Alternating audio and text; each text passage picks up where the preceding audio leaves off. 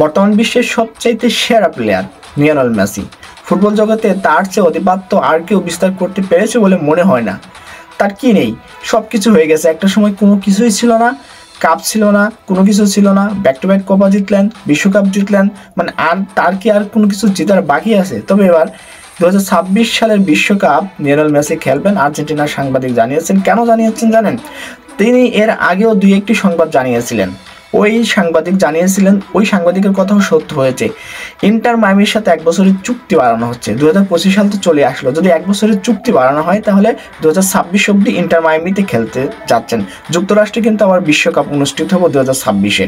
তো যুক্তরাষ্ট্রে তিনি থাকবেন, যুক্তরাষ্ট্রের ক্লাবে খেলছেন, আর ঠিক সে জায়গায় বিশ্বকাপ হবে, লিওনেল মেসি অংশগ্রহণ করবে না? এটা কি হয়? এমএলটন অবশ্যই অংশগ্রহণ করবে। তো আর্জেন্টিনার সাপোর্টার যারা আছেন তাদের জন্য অত্যন্ত সুখবর যে লিওনেল মেসি কিন্তু 2026 বিশ্বকাপ খেলছেন। এবং এবারও কিন্তু আর্জেন্টিনার যে সমর্থক আছে তারা কিন্তু আশায় বুক বাঁধছে যে আরেকটা বিশ্বকাপ হয়ে যাওয়া লিওনেল মেসি বাপারের জাদুর ছোঁয়ায় হয়েও যেতে পারে। তো দর্শক, আপনি কি মনে করছেন লিওনেল মেসির বিশ্বকাপ খেলা উচিত নাকি উচিত না?